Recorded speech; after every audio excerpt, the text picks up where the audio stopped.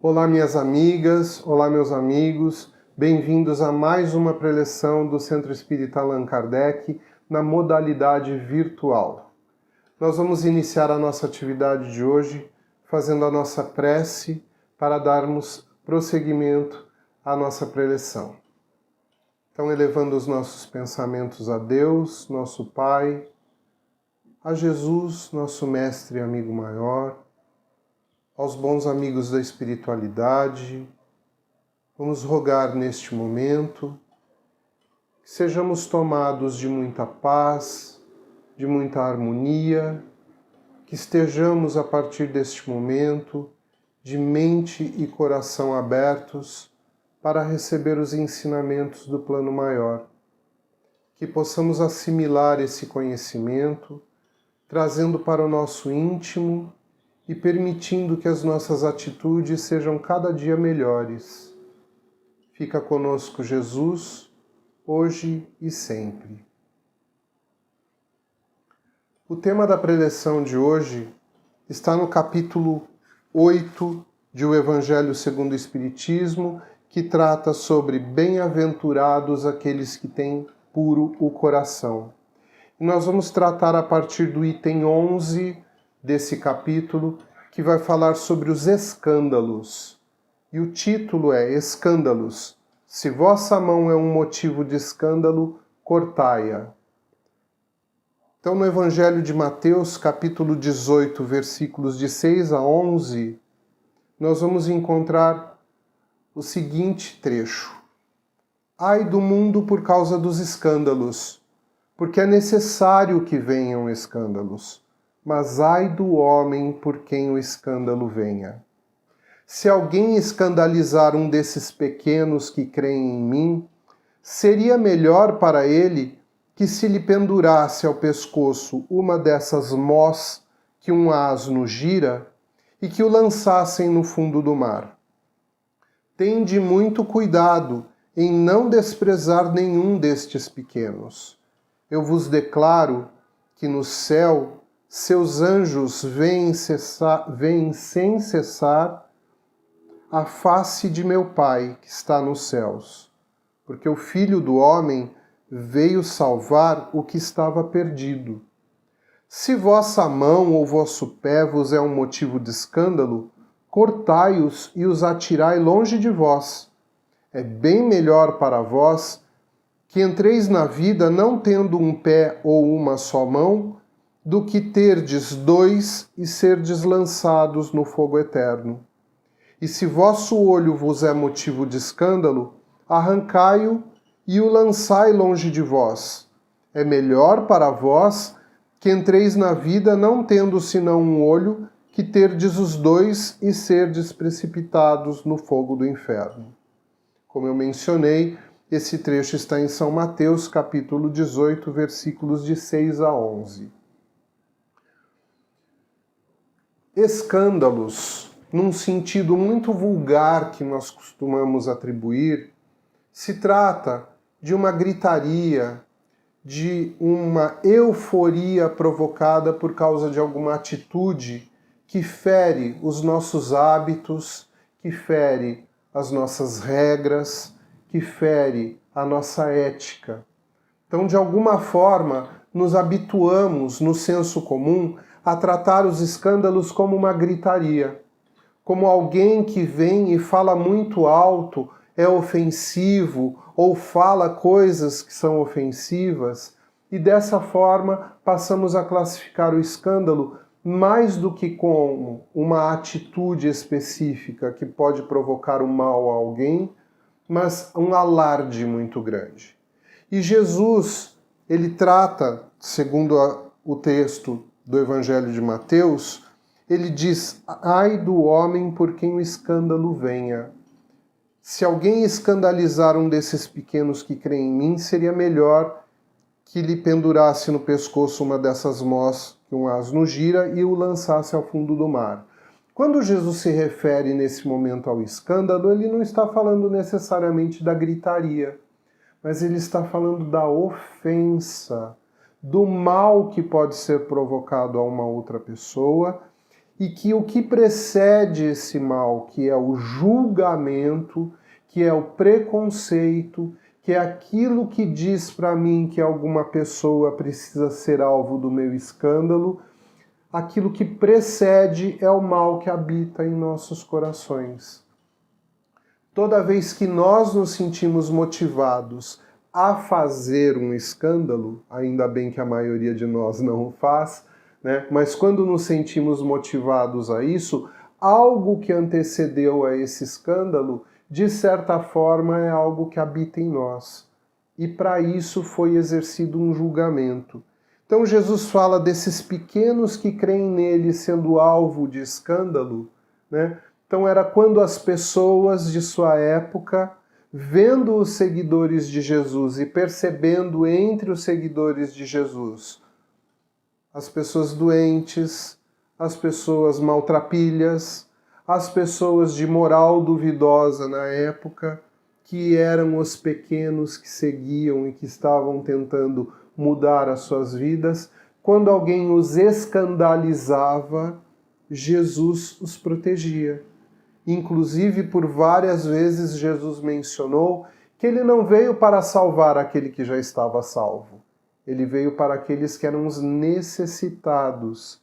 Esses são os pequeninos que o seguiam. Muito bem. Olhando para essa parte do ensinamento, entendemos então quando ele fala do amarrar a pedra de moinho, Amós, que os asnos giram e lançar a pessoa ao fundo do mar, que também isso é figurativo.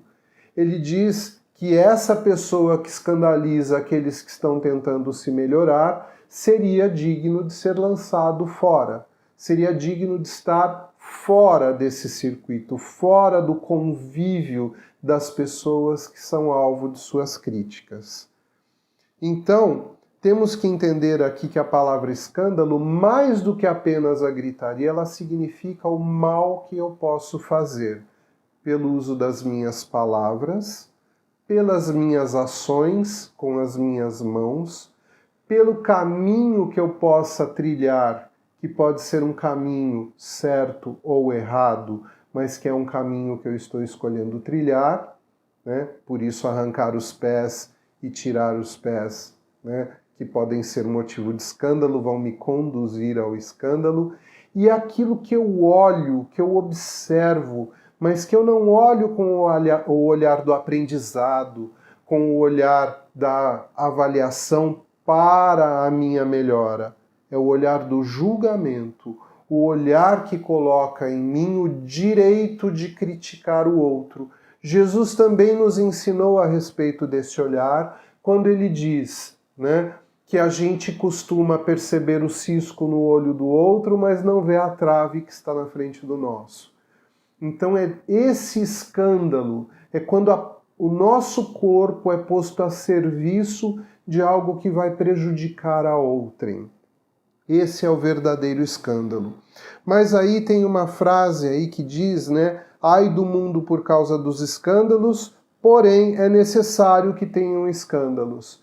Então o nosso mundo ainda sofre muito com a maldade das pessoas. As pessoas utilizam das suas ações, da sua condução, do seu olhar, da sua fala, da sua maledicência para prejudicar os outros. Então, ai do mundo por causa dos escândalos. Ainda vivemos um mundo de expiação e provas por conta dos escândalos, porque as pessoas ainda não conseguiram se livrar desse mau hábito, dessa forma de agir no relacionamento com o outro. Porém, ele ao mesmo tempo diz que é necessário que venham os escândalos.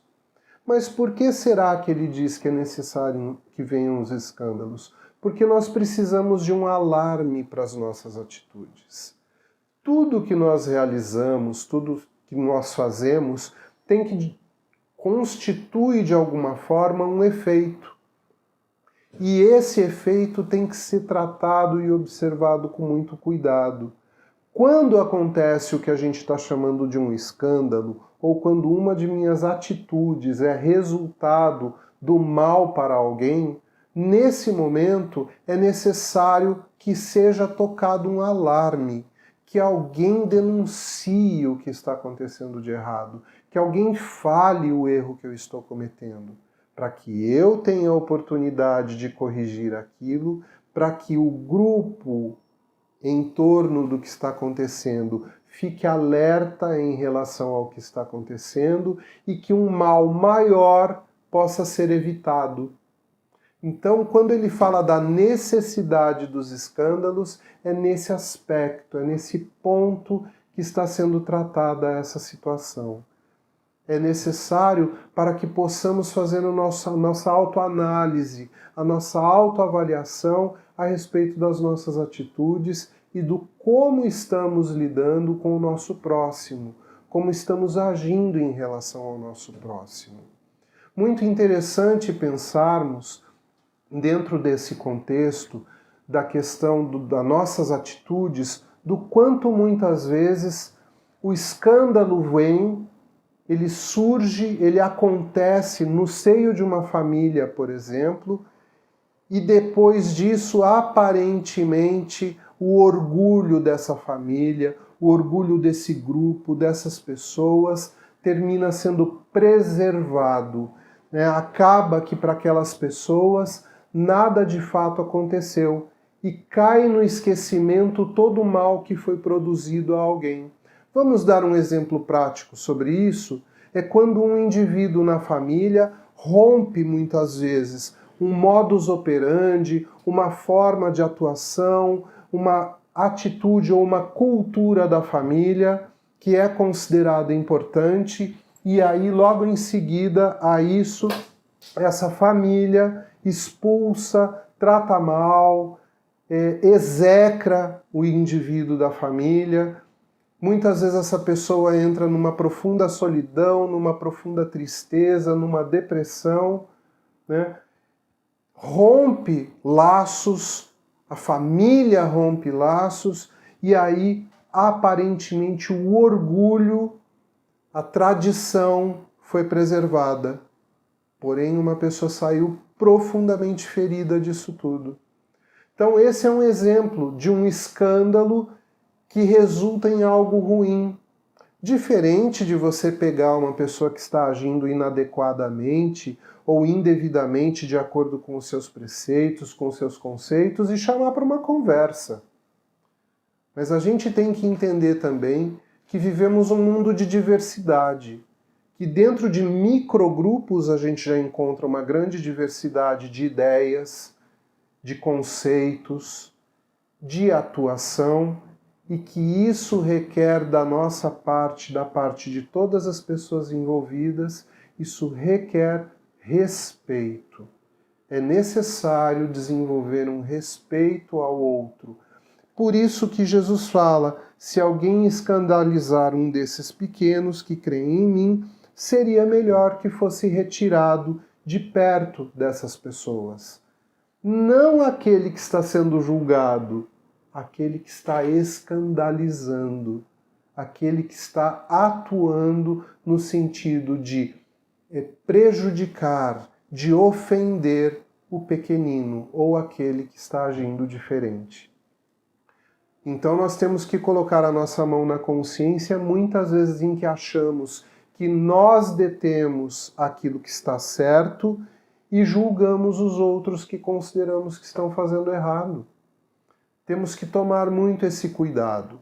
Porém, o nosso planeta ainda é um mundo muito diverso, inclusive no que diz respeito ao que é bom e ao que é mal. O escândalo vem para anunciar muitas vezes o que é mal. E ele tem essa função para que nós possamos observar o mal em nós, o mal nos outros e modificar as nossas atitudes. Não seria melhor, então, se não existissem os escândalos? E quando Jesus fala que nós devemos tirar a parte de nós, que de alguma maneira significa motivo para o escândalo, ou é a ação do escândalo, que nós deveríamos arrancar e lançar para longe de nós, não seria essa forma de construir um mundo melhor? Na verdade, o mundo melhor a gente constrói mudando as nossas atitudes. No passado, levavam ao pé da letra mesmo essas palavras de Jesus. Cortar a mão e lançar longe, arrancar os olhos e lançar longe de si. Era a lei de talião, inclusive. Olho por olho, dente por dente. Nós temos que tomar muito cuidado.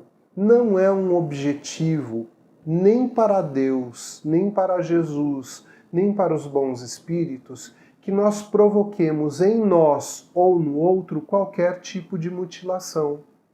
Pelo contrário, é um objetivo que nós entendamos o que está acontecendo e tenhamos a possibilidade de uma correção, de um arrependimento, de uma mudança de atitude. O escândalo que é tratado no Evangelho, ele mostra o objetivo da melhora em nós e não de um extirpar violento, onde muitas vezes o julgamento quem exerceu foi o outro e não quem teve uma parte de si extirpada.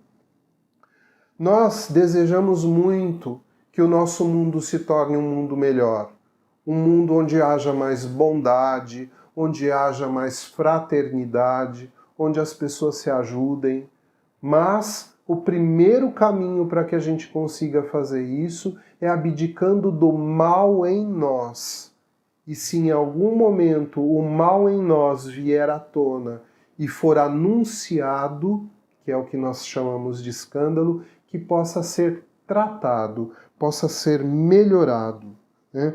Quando no trecho Jesus diz, mas ai daquele por quem venha o escândalo, ele está chamando a atenção para que tenhamos esse lugar, esse critério, essa atenção mesmo sobre as nossas atitudes. Que muitas vezes a gente acha que pode apontar o dedo sobre os outros ou agir sobre os outros de qualquer maneira, e não podemos.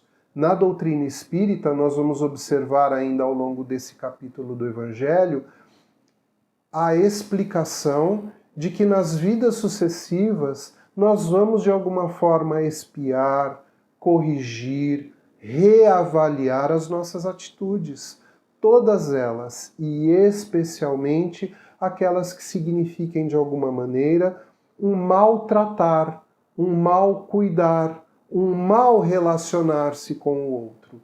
De alguma forma teremos que revisar isso, repassar isso, muitas vezes até com os mesmos atores presentes numa cena parecida, porém com novos personagens. Hoje eu sou pai, amanhã eu posso ser filho daquela pessoa que eu mesmo prejudiquei, que eu mesmo atuei de forma rude, ríspida, violenta. Então, esse ensinamento está no Evangelho quando ele fala, ai daquele por quem o escândalo venha, porque ele vai ter que reparar o mal que foi feito. Ai daquele que comete a maldade, ele terá que reparar essa maldade. Então é muito interessante esse trecho aqui do Evangelho, tratando disso e o quanto muitas vezes a nossa compreensão fica distorcida, entendendo que nós seremos portadores de um pecado. Na doutrina espírita não há pecado. O entendimento que temos é que cometemos erros, podemos inclusive usar do mal que habita em nós ainda, né?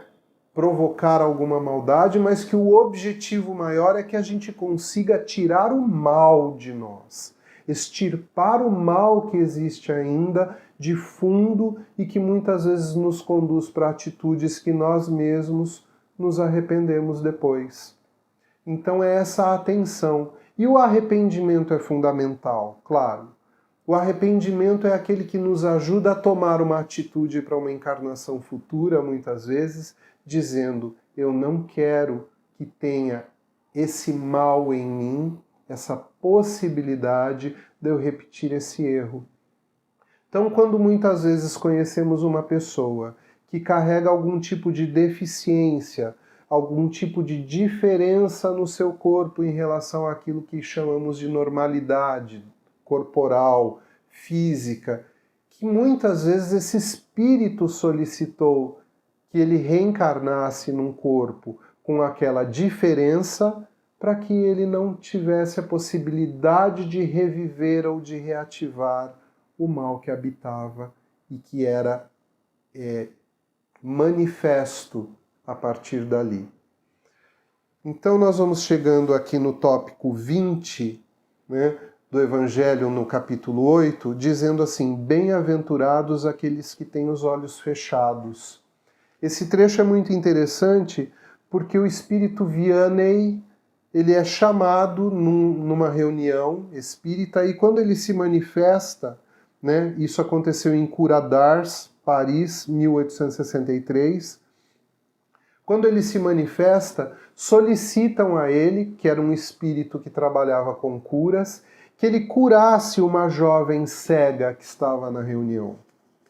E aí ele dá um ensinamento maravilhoso, falando que muitas vezes as pessoas sentem, sim, uma profunda tristeza, um profundo pesar pela perda do órgão que lhe serve para ver, obviamente, para se manifestar, para receber impressões do mundo, para aprender coisas do mundo, mas ele fala do silêncio da alma, do contato da alma com a espiritualidade, muitas vezes quando os olhos se fecham para o mundo externo.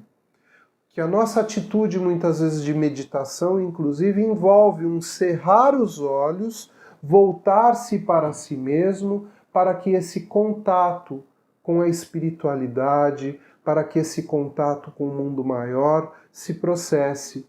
Vianney fala que muitas dessas pessoas que perdem a visão do mundo terreno ganham a visão do mundo espiritual. Conseguem ter impressões do mundo espiritual que as pessoas que têm os olhos abertos não conseguem ter. Explica ainda para a jovem cega que estava na reunião que talvez aquilo que estava acontecendo com ela fosse um pedido dela mesma para não recair num erro do passado. Então, tão importante essa nossa percepção de que quando tratamos dos escândalos e que às vezes sofremos alguma perda no nosso corpo, que isso está ligado a vidas passadas. Isso está ligado a momentos do nosso passado em que ferimos alguém, em que maltratamos alguém. Uma pessoa que no passado foi um feitor numa fazenda e que batia, açoitava os escravos, ele pode renascer numa próxima encarnação com uma dificuldade motora, para que ele não repita o erro. Se ele fazia aquilo com prazer, ele maltratava uma outra pessoa com prazer, ele certamente terá que resgatar isso. Ele certamente era portador de uma atitude escandalosa e ele terá, de alguma forma, que melhorar-se nesse aspecto. E muitas vezes essa melhora vem a partir do reconhecimento do mal que foi feito e de um pedido para que isso não se repita, para que isso não aconteça mais, não suceda mais.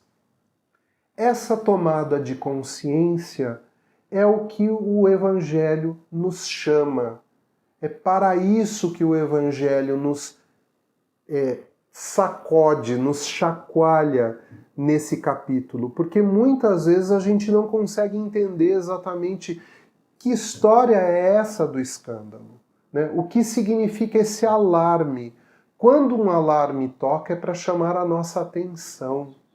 Esse é o alarme tocando e chamando a nossa atenção para o mal que possamos executar em relação ao outro. E eu quero repetir nesses momentos finais da nossa conversa aqui, né, que nós podemos prejudicar o outro com as nossas palavras, faladas ou escritas. que precisamos pensar muito antes de postar qualquer coisa criticando alguém numa rede social, que precisamos pensar muito antes de expor alguém numa reunião pública, numa reunião social, num grupo de amigos. Com as nossas palavras podemos destruir alguém. Com as nossas mãos podemos matar, podemos maltratar, podemos machucar alguém. Temos que colocar sempre o nosso pensamento em alerta em relação aos nossos impulsos para as nossas atitudes, para as nossas ações. As nossas escolhas, os caminhos que seguimos na nossa vida, aquilo que escolhemos também podem ser motivo de escândalo para nós mesmos. Precisamos sempre refletir muito, claramente, fortemente naquilo que significam as nossas escolhas. E tudo isso são atitudes ligadas ao nosso desejo, à nossa vontade, às nossas crenças, à nossa cultura, e temos que entender que dentro da evolução planetária, da evolução da sociedade, algumas coisas mudam apesar da nossa cultura, apesar das nossas crenças e dos nossos valores. Algumas coisas se modificam. Então eu entendo que esse capítulo 8 do Evangelho segundo o Espiritismo nos traz esse alerta, esse alarme, para que prestemos atenção nos nossos pensamentos, nas nossas atitudes, nas nossas escolhas, principalmente quando elas serão dirigidas ou envolverão uma outra pessoa que nós chamamos do nosso próximo. Que nós não sejamos escolhidos para ter uma pedra amarrada no nosso pescoço e sermos lançados ao fundo do mar. Que nós possamos estar ao lado de Jesus, ouvindo seus ensinamentos e entendendo cada vez mais as suas lições, para que possamos ser dignos de ser chamados instrumentos desse nosso Mestre tão amado. Então agora, para encerrar a nossa preleção de hoje, eu convido a todos para uma vibração. Então vamos mais uma vez elevar o nosso pensamento, agradecendo infinitamente a Jesus por todos os ensinamentos que nos deixou. Que nós tenhamos o coração apto para acolher a cada um deles e mais ainda para colocá-los em prática. E vamos exercitar um pouquinho disso neste momento, vibrando em favor daqueles que sofrem. Vibramos por aqueles irmãos que estão nas ruas, que não têm um teto, não têm um lar, muitas vezes não têm o alimento, não têm o agasalho, que eles possam encontrar sempre mãos amigas, mãos caridosas em seus caminhos, que os ajudem na superação dessas dificuldades. Pedimos por aqueles que também estão nas ruas e que estão hoje envolvidos na drogadição, na marginalidade, que eles tenham o amparo, a proteção dos amigos espirituais e que uma sementinha desta nossa vibração possa ser plantado em suas mentes, que em algum momento eles possam superar essa dificuldade, superar esse momento de suas vidas. Vibramos também por aqueles irmãos que estão nos asilos, que estão nos orfanatos, nas creches, que possam também contar com abnegados trabalhadores dessas instituições, lhes dando carinho, orientação, cuidado, e que também eles se sintam nesse momento abraçados, pertencentes a essa família espiritual que todos nós somos. Pedimos, Senhor, pelos irmãozinhos que estão nos hospitais ou que estão vivendo doenças em seus próprios lares. Que a cura do espírito se processe e que o seu corpo seja apenas um reflexo daquilo que precisa aprender ainda. que isso seja acolhido com calma, com resignação, com resiliência. Pedimos pelos nossos irmãos que estão nas cadeias, nos presídios, para que aproveitem desse momento de suas vidas para ressignificar seus valores, suas atitudes, e que eles possam, ao retornar ao convívio social, voltar com uma nova atitude. Pedimos, Senhor, pelo Centro Espírita Allan Kardec, pelos seus departamentos e núcleos, por todos os seus trabalhadores, que tenhamos sempre forte em nós a intenção, a fé, a força para o bem e para a caridade. E pedimos, Senhor, agora, por uma pessoa do nosso pensamento, do nosso convívio, do nosso coração, que precisa nesse momento deste nosso carinho, deste nosso desejo no bem, que ela receba os melhores fluidos destinados a ela. E pedimos, por fim, por nós mesmos, para que tenhamos, Senhor, fé, força na caminhada, que sejamos sempre atentos para melhorar em nós aquilo que for necessário. Fica conosco, Jesus, e que tenhamos bons dias, bons tempos à nossa frente. Assim seja. Minha gratidão imensa a todas e a todos, e nos vemos em próximas preleções. Um grande abraço.